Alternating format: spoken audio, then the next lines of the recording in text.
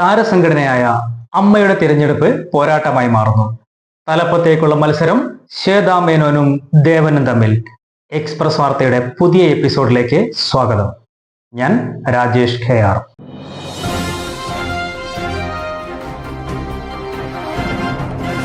താരത്തിളക്കത്തിനിടയിൽ പലതരം ആരോപണങ്ങൾ നേരിടുകയും നാഥനില്ലാത്ത വിധം തകർച്ച നേരിടാൻ സാധ്യതയുമുണ്ടായിരുന്ന താരസംഘടന വീണ്ടും ഉയർത്തെഴുന്നേൽക്കുന്നു. ശക്തമായ മത്സരത്തിന് കാഹളം മുഴങ്ങുന്നു.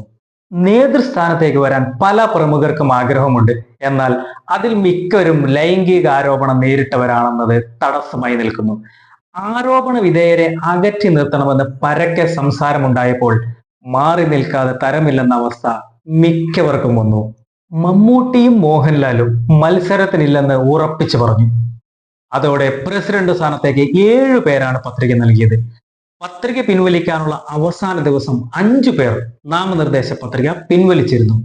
ബാക്കിയായ ശ്വേതാ മേനോനും ദേവനും പ്രസിഡന്റ് സ്ഥാനത്തേക്ക് മത്സരിക്കും. വനിതാ പ്രസിഡന്റ് വരണമെന്ന അഭിപ്രായത്തോടെ ജഗദീഷ് പത്രിക പിൻവലിച്ചു. അതോടുകൂടി അനൂപ് ചന്ദ്രനും രവീന്ദ്രനും ജയൻ ചേർത്തലയും മത്സരത്തിൽ നിന്ന് പിന്മാറി. ജോയി മാത്യുവിന്റെ പത്രിക ആദ്യം തന്നെ തള്ളിയിരുന്നു. ജോയിന്റ് സെക്രട്ടറി സ്ഥാനത്തേക്ക് നാമനിർദ്ദേശ പത്രിക നൽകിയ 13 പേരിൽ 12 പേരും പത്രിക പിൻവലിച്ചതിനാൽ എതിരില്ലാതെ അൻസിബ ഹസൻ തിരഞ്ഞെടുക്കപ്പെട്ടു. ലൈംഗികാരോപണ വിധേയനായതിനാൽ മത്സരിക്കുന്നത് ഉചിതമല്ലെന്ന അഭിപ്രായം വന്നതോടെ ബാബുരാജ് പിന്മാറി.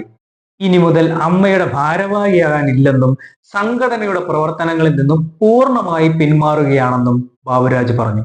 ലാലേട്ടൻ ഇല്ലെന്ന് പറഞ്ഞപ്പോൾ തന്നെ പിന്മാറാൻ തീരുമാനിച്ചതാണെന്നും, എന്നാൽ അന്ന് എന്നെ എല്ലാവരും പിന്തുണയ്ക്കുകയും ചെയ്തു, എന്നാൽ ഇതെനിക്ക് താങ്ങാനാവുന്നതിലപ്പുറമാണെന്നുമാണ് ബാബുരാജിന്റെ അഭിപ്രായം. മമ്മൂട്ടിയും മോഹൻലാലും വളരെ തന്ത്രപരമായി പിന്മാറിയ മട്ടാണ്.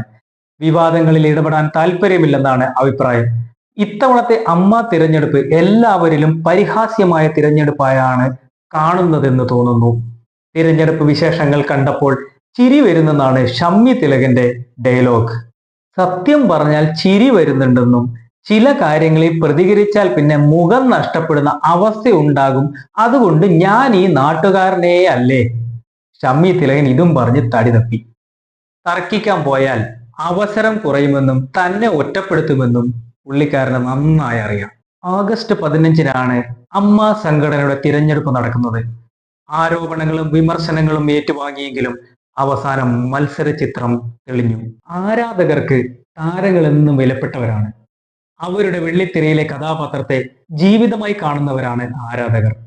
എന്നാൽ സമൂഹത്തിന് നല്ല സന്ദേശം സിനിമയിലൂടെ നൽകുന്ന താരങ്ങൾ ജീവിതത്തിൽ എങ്ങനെയായിരിക്കുമെന്നുള്ളതും പ്രാധാന്യമർഹിക്കുന്നു.